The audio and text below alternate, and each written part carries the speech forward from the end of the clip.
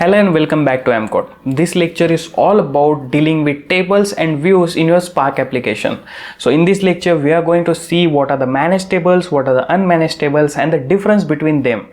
We are also going to see different types of temporary views and how we can create it into your Spark application.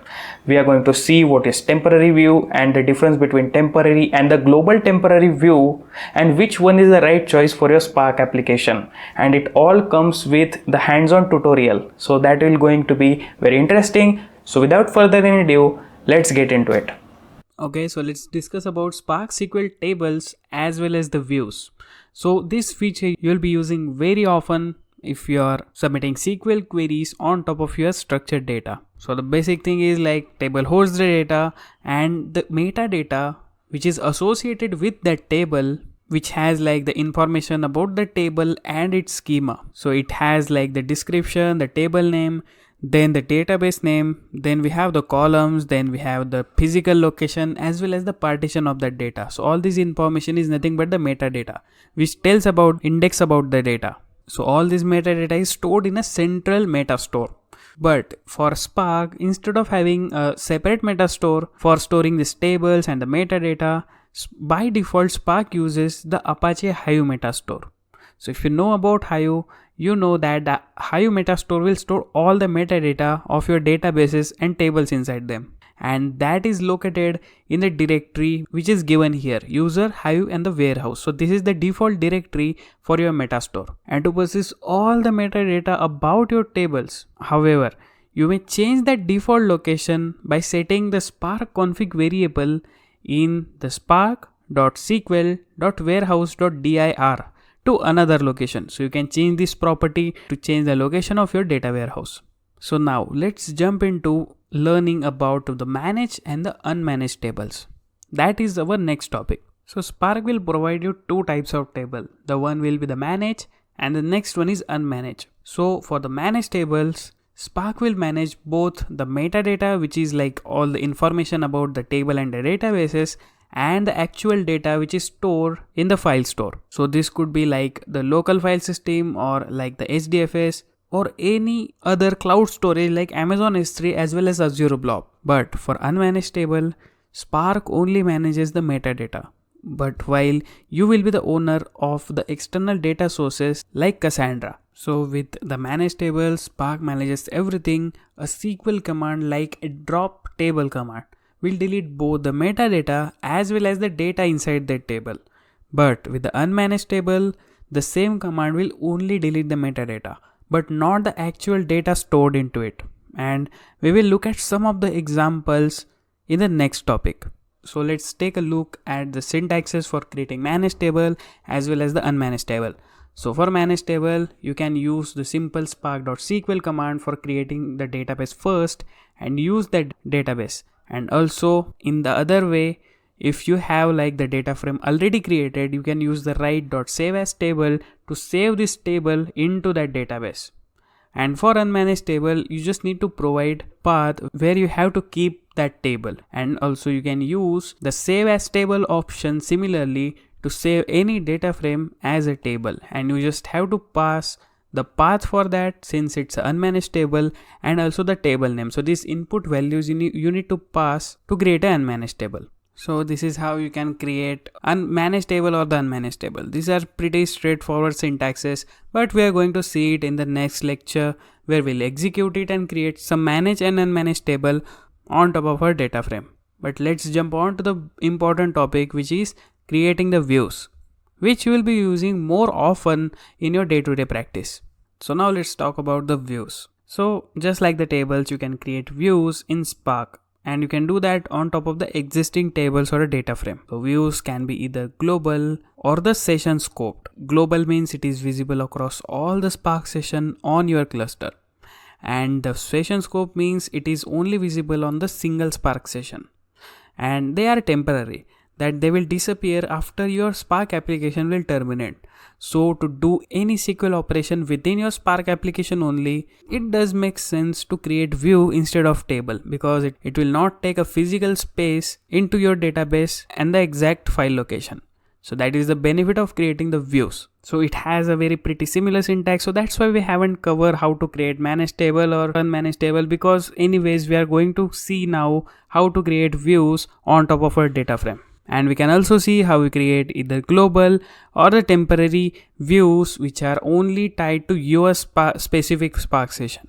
So once you create a view, we can query it as you would do in case of the tables, right? So the difference between the view and the table is like the views don't actually hold the data. That is the biggest benefit of it.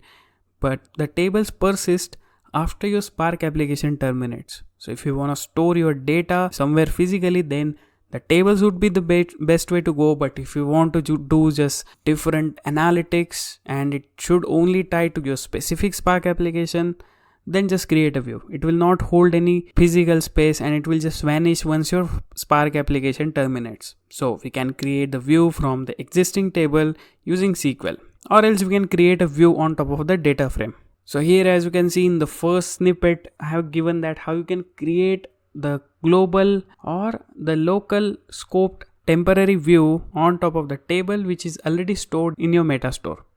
But in the second snippet, you have seen that how we can use the global or the temporary views on top of the data frame. That will be very simple, and let's jump and see how we can create it. So from the previous lecture, we already have the data frame created on top of a CSV file. So we have imported the modules, created the Spark session. Also just we have created a CSV file which has the header and also use the invert schema for the simplicity. We have like this 6 columns in our data frame, and let's create a global and as well as a local scope view into our application. So what we will do is we will just give like data dot create or replace temp view. That's it. And in bracket you just have to provide any name to your view. So in this case we'll give it as the test. Okay, so you will be creating it, so just execute it. Okay, so you can directly now give the simple SQL commands on top of this view. So all you have to do is you can just store it in like one data frame, or else you can directly give the show command. So in this case, let's store it in a data frame first. So we'll give it as data2 and we will submit the spark.sql command, and inside that we'll be submitting only simple select command. So we will select all the data from our test view, right? And once you've done that, let's take a peek into the data. So we'll give it as show and let's see.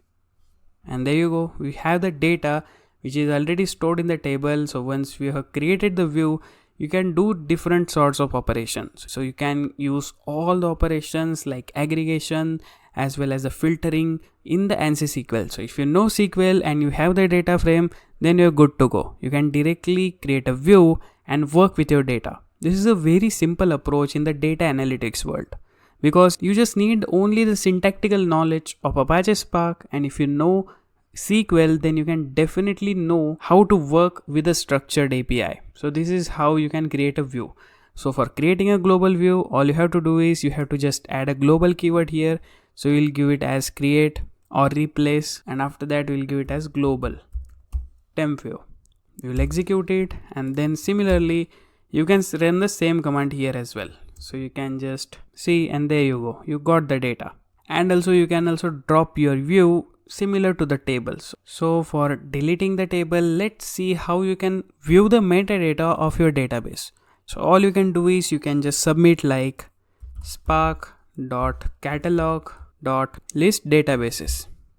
So it will give you all the information about the databases which are there in our Spark Metastore. So if you execute it, yeah, you have the default database created, and here is the directory. So it will differ directory by directory, and if you want to see what are all the different tables present in this default database, all you can do is you can just simply give like spark.catalog.list tables, and it will give us all the tables. As you can see, we have the test already created, and it's like a temporary view. Once your application is terminated, it will get vanished and not storing the data somewhere in this location you are in. So now let's drop this view. So all you have to do is spark.catalog.drop global view. So since it's a global view, you have to pass that, and in the argument you only have to provide the name, which is test. So once you execute it, so we have missed the temp here, so we have to give like drop global temp view. So once you execute it, true, which means that it is vanished. So our last topic is around the big confusion among the Spark developers is like the difference between temporary and the global temporary views. So the main difference is very subtle. So it can be a very confusing, but the temporary view is only tied to a single Spark session within your application. But in contrast, the global temporary view is visible across multiple Spark sessions within the Spark application. And yes, you can create multiple Spark sessions within a single Spark application. So this can be very handy. So for example, in case you have to access the data from different Spark sessions that you don't share the same Hive Metastore configuration, then you can use the global temporary views. So this is like the use case for the global views. And in the remaining scenarios, the temporary views will work like a charm. So if you have any confusion in this topic, I'll recommend you to go a little deeper and choose the right view or a table strategy for your application. So next lecture, let's jump on and see all the different file formats you can work with, as well as the data frame reader and the data frame writer concept, which is very fundamental for every Spark developer. I hope you like this lecture, so please subscribe to our channel and also ring the notification bell to get the latest updates. And don't forget to follow us on our social media, which I have linked in the description below. Thanks for watching.